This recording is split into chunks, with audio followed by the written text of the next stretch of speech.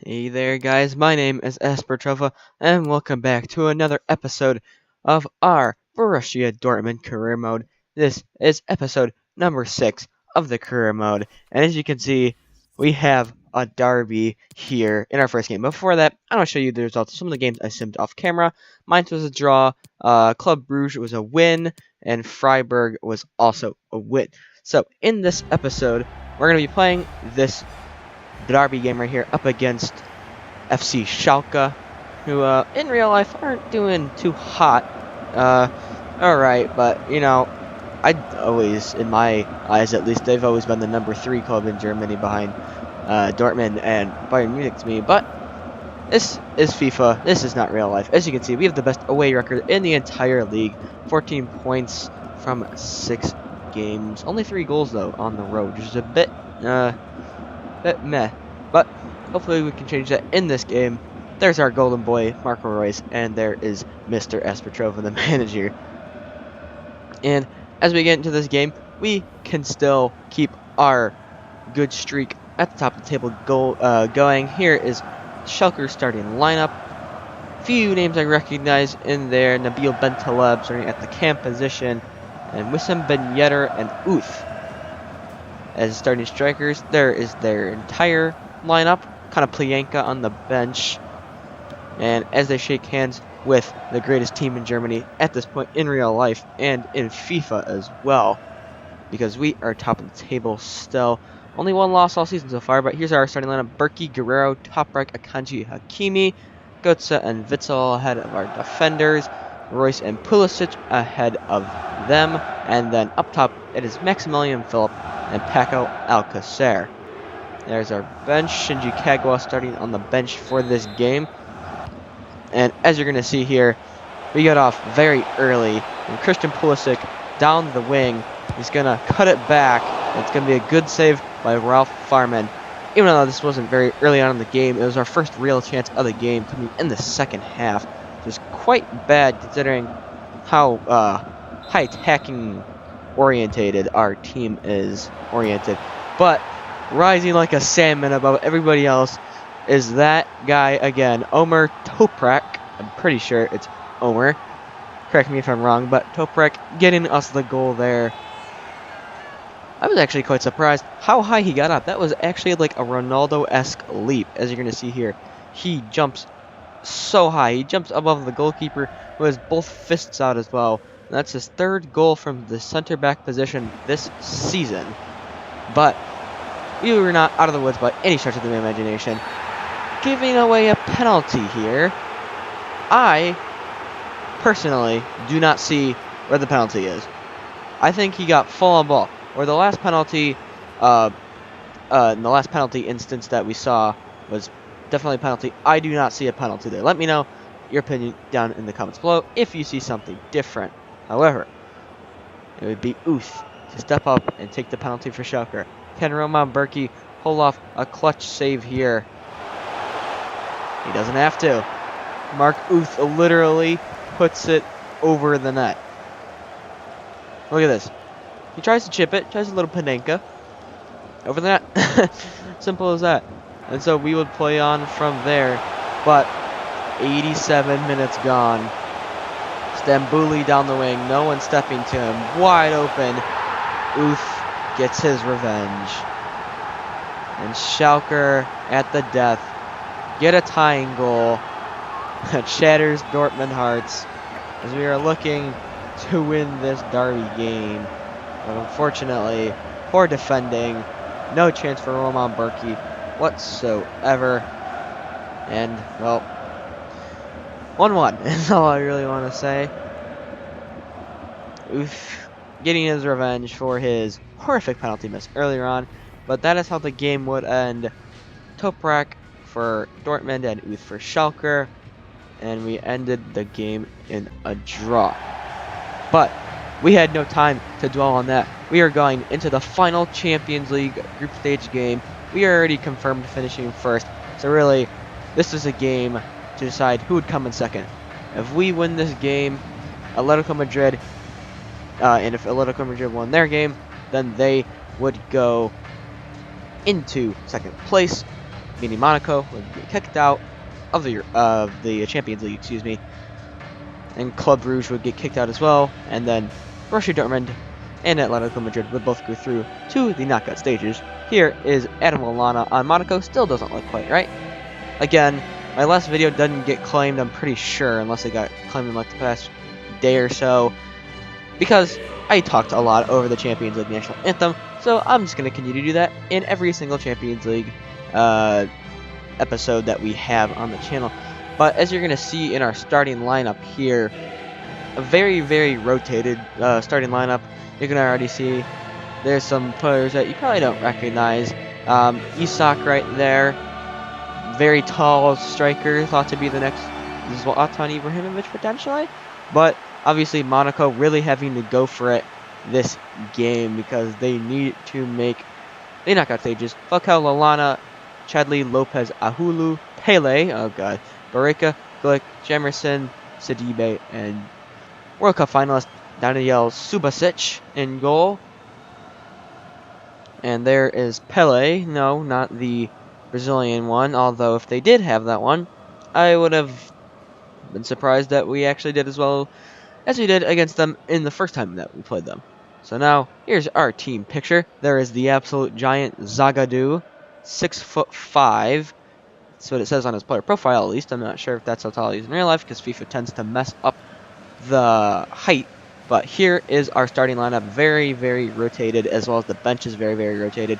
Kerr, Isak up top, Sancho, Kagawa, Dahoud, Rhoda, and then Schmelzer, along with some other players that I wasn't able to read off because that went a little bit too quickly. But you can go back in the video and rewatch it if you want to. But 44 minutes in, we concede first. Ole Schlegel, our third choice goalkeeper. You know, he's like 68 rated. I'm not really expecting that much from him, but our defense absolutely collapsing. Dan Axel Zagadou, well, nowhere to be seen. And the rest of our defense also nowhere to be seen. Look at that humongous tree just collapsing right there. And Ole Schlegel, I don't know. Doesn't really matter. I'm not signing him to a new contract, so he won't be with us after the season. But Aholu getting the goal. But, you know, Dortmund, they're a very, very good attacking team. And if there's one thing that Dortmund is good at doing when they are attacking, it's scoring goals. So, that's exactly what we did right from the kickoff. Shinji Kagawa, 1-1. Probably not even going to put a cut in that part of the video because, you know, there's no point. Literally ran down the pitch and scored literally kickoff goal. The terrible curse that was FIFA 18 kickoff goals has returned in this career mode.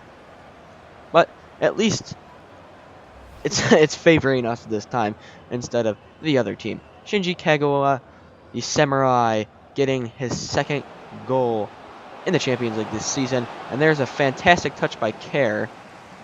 Just managed to get cleared away there. Monaco will make a substitution there, substituting out their goal scorer. Now here's Kerr, one of our youth players, cutting back and then crossing it in. And then Alexander Isak with a fantastic bullet header.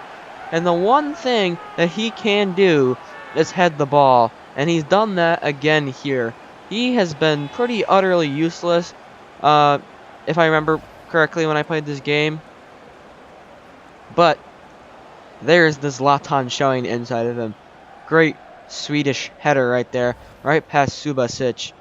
And we have drawn this game level. And it is not looking good for AS Monaco. And that was actually a second goal in the Champions League. Can't say I remember when the first one was. But we would win that game 2-1. That was a humongous editing error on my part. I have to apologize for that. But we would go into a simulation game against Werder Bremen. I'm really going to have to look at that goal. But we scored in the first minute.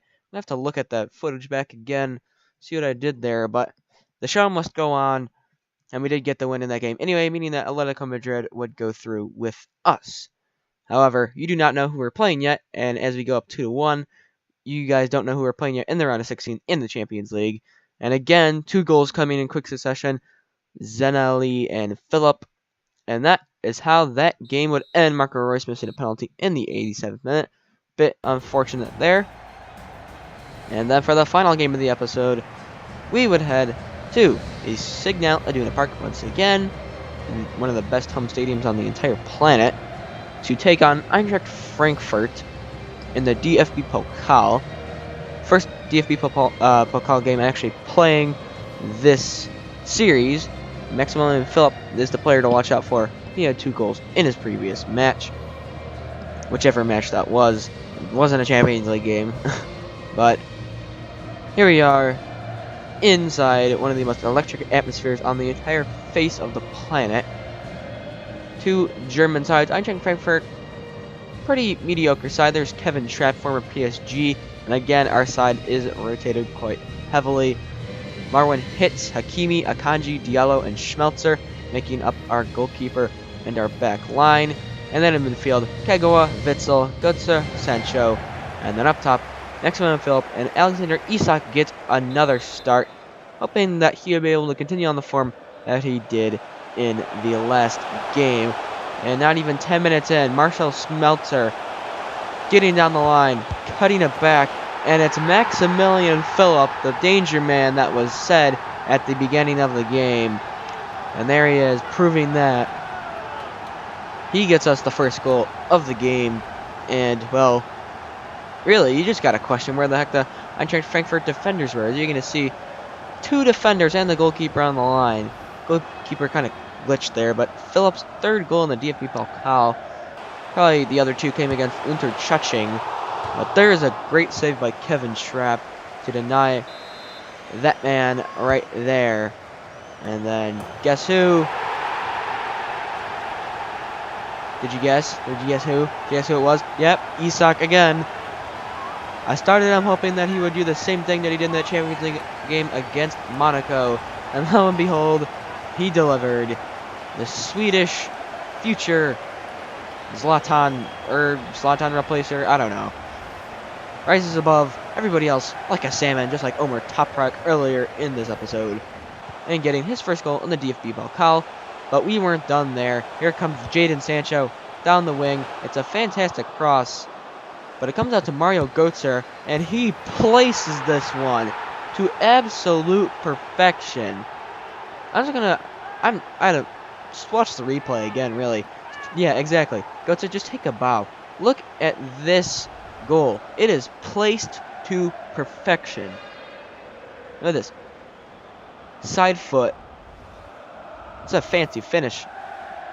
That is quite a fancy finish, if I do say so myself. 71st minute goal, but we were still not done. We wanted more goals.